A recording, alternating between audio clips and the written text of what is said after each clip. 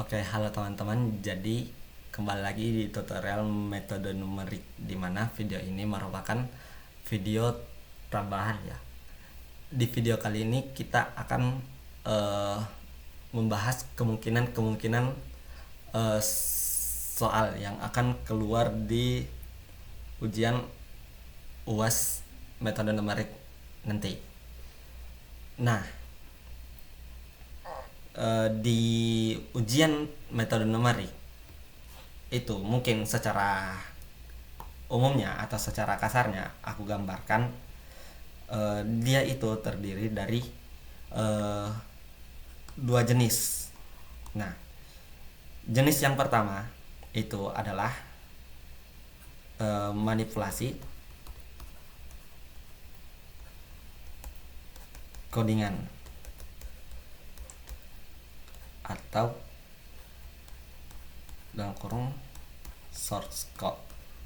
Nah, jadi kalau misal teman-teman lihat di soal UTS itu kan diberikan source code, kemudian disuruh untuk eh, mengubah source code-nya sesuai apa yang diminta oleh soal. Seperti itu kan. Nah, kemudian yang kedua ini itu adalah kemungkinan terburuknya, di mana kita itu diminta untuk manipulasi codingan atau source code, kemudian ditambah dengan tinjauan matematis soal. Dan biasanya di sini ada secara runut. Nah, yang kemungkinan kedua ini itu bisa jadi teman-teman disuruh untuk memunculkan bagaimana algoritmanya itu berjalan. Jadi dia diminta untuk langsung kita tuliskan bagaimana kalau secara matematisnya metode-metode yang dipakai untuk menyelesaikan soalnya itu berjalan secara matematis. Nah, ini untuk dua kemungkinan. Namun kemungkinan yang paling besar itu adalah yang ini biasanya. Namun nanti akan aku mungkin ceritakan bagaimana soal yang metode numerik tahun 2025. Namun mungkin kita masuk dulu ya ke sini. Nah, mungkin kita mulai dari yang materi bagian pertama, yaitu materi dari integrasi numerik. Nah, untuk yang materi integrasi numerik itu soalnya kemungkinan mirip-mirip dengan yang soal yang ada di tugas, seperti ini kan. Nah, jadi untuk yang integrasi numerik itu dia diminta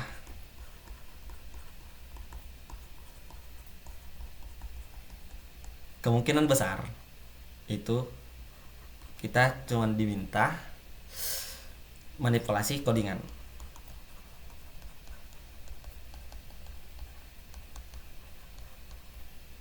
Nah, ini untuk yang tiap subbagian. Subbagiannya berarti ada metode trapesium, ada metode Simpson, dan ada metode kuadratur Gauss. Nah, ini yang kemungkinan pertama dan yang paling berkemungkinan untuk muncul. Untuk tips yang ini itu teman-teman hafal dan kuasai source code-nya. Source code tiap metode. Misal untuk yang metode trapesium itu kan ada algoritma utamanya. Begitu juga dengan Simpson dan begitu juga dengan kuadratur Gauss. Mungkin aku perlihatkan ya untuk yang contoh codingannya, contoh source code yang bakal diberikan nantinya. Sebenarnya persis seperti yang di seperti yang di modul yang dikirim. Nah, jadi yang perlu teman-teman kuasai itu adalah algoritma utamanya ini. Karena untuk yang jenis kemungkinan jenis pertama yang manipulasi codingan itu ada beberapa baris yang dihilangkan, baris sintaks yang dihilangkan. Sehingga untuk yang ini itu teman-teman perlu hafal dan kuasai bagaimana algoritma dari tiap metodenya itu berjalan. Misal untuk trapesium yang penting yang ini. Kemudian untuk yang Simpson yang penting yang algoritma baris yang ini. Nah, kemudian sesuai dengan konteks soalnya juga jangan lupa untuk berikan definisi dari fungsinya. Kemudian nanti untuk pemanggilannya itu misal diminta untuk nilai batas-batasnya kan. Misal B-nya sama dengan berapa, A-nya sama dengan berapa, N-nya sama dengan berapa. Kemudian nanti diminta untuk hasil Simpson misalnya. Simpson. Itu nanti tinggal panggil Simpson A B N, hasil Simpson ya. Kemudian kalau diminta untuk membandingkan, maka nanti di sini teman-teman jangan lupa hasil eksaknya. Seperti itu. Jadi kalau strukturnya yang integrasi numerik itu ada definisi fungsinya, ada definisi metodenya, dan ada contoh pengaplikasian. Nanti aku tulis lah.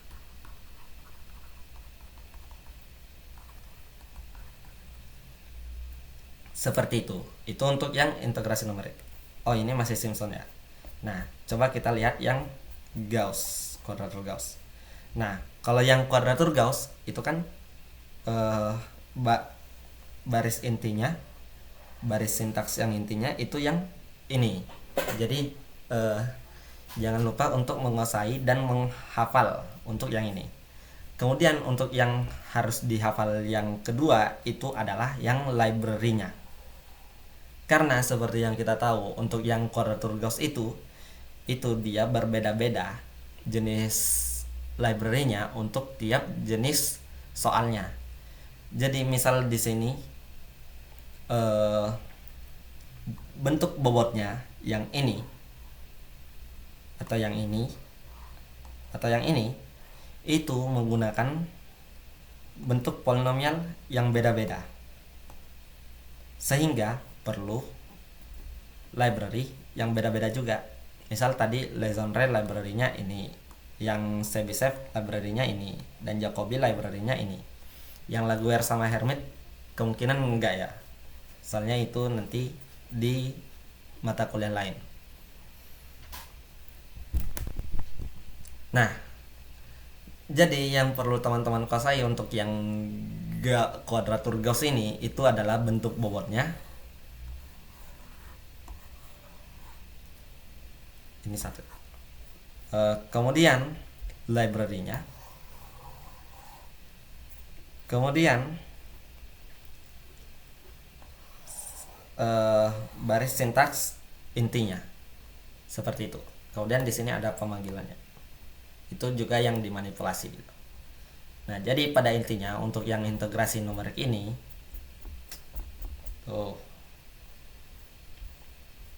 itu untuk yang kemungkinan pertama ya, manipulasi codingan, itu pada intinya definisi fungsi sesuaikan soal.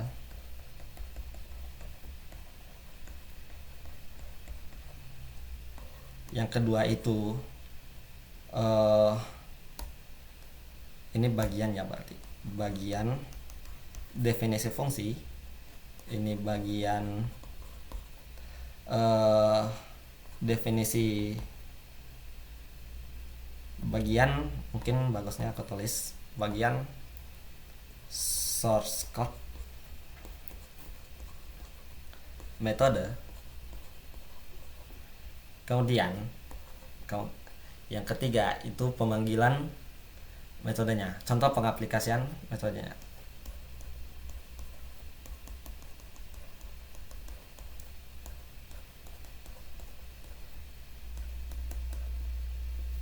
Ini panggil B, deklarasikan B atau deklarasi batas A B, deklarasi N, dan pemanggilan metode. Nah, ini untuk yang bagian integrasi numerik untuk yang kemungkinan satu, yaitu manipulasi codingan. Nah, yang aku dapat di UTS yang tahun lalu, tahun 2025, itu dia jenisnya emang manipulasi codingan. Kemudian seingatku dia itu ngambil metode kuadratur Gauss. Kemudian ada sintaks yang dihilangkan di bagian source code metodenya. Jadi itu yang perlu diingat. Kemudian nanti untuk jenis soalnya itu tergantung juga nantinya dia jenisnya termasuk Gauss-Legendre kah atau Gauss-Jacobi atau Gauss-Chebyshev. Jadi di sini sebenarnya ada definisi fungsi plus library untuk Gauss. Nah, ini untuk kemungkinan yang pertama dari integrasi numerik. Nah, untuk yang kemungkinan kedua yang ada tinjauan matematisnya,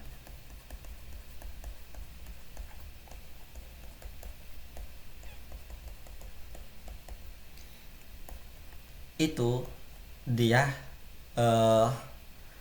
kemungkinan hanya berlaku untuk yang metode Gauss kuadratur Gauss.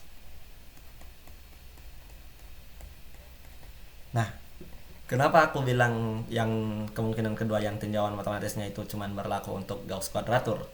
Itu karena hanya metode ini yang memerlukan tinjauan secara matematis.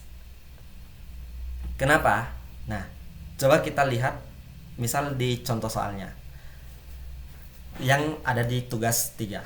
Nah, kalau misal yang metode Simpson sama metode metode trapesium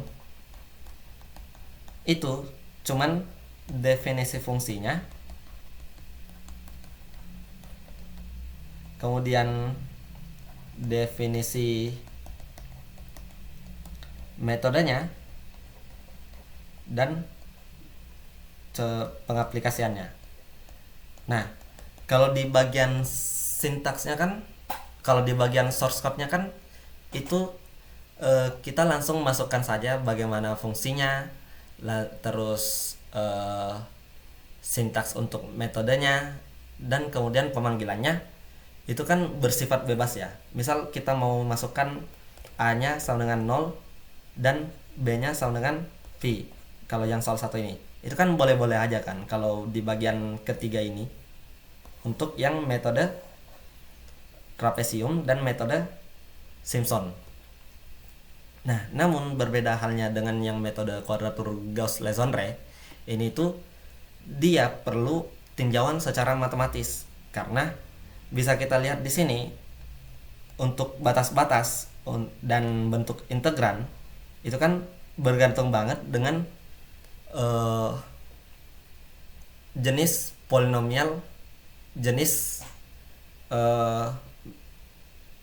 metode Gauss-nya. Misal di sini kan seharusnya kalau yang diminta di sini kan Gauss-Legendre. Sedangkan kalau kita lihat di sini bentuk eh, integrannya itu harusnya dia tergolong di Gauss-Sebeshef jenis pertama. Kemudian bisa dilihat di sini batasnya itu adalah 2 dan min 2.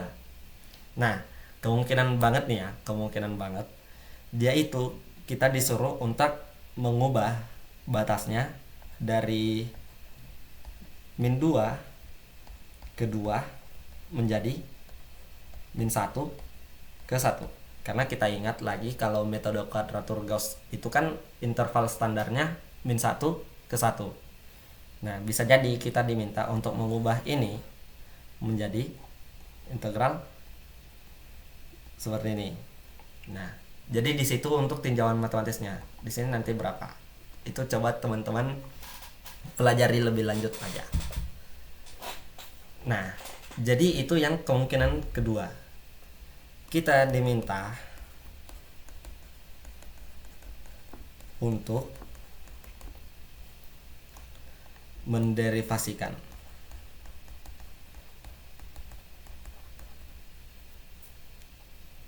dari batas A ke B misalnya menjadi min 1 ke 1. Ini kemungkinan, namun menurutku ya kemungkinannya kecil. Nah, tapi tetap perlu dipertimbangkan ya. Nah, itu untuk yang integrasi numerik. Mungkin potong saja ya videonya, soalnya ini juga 16 menit.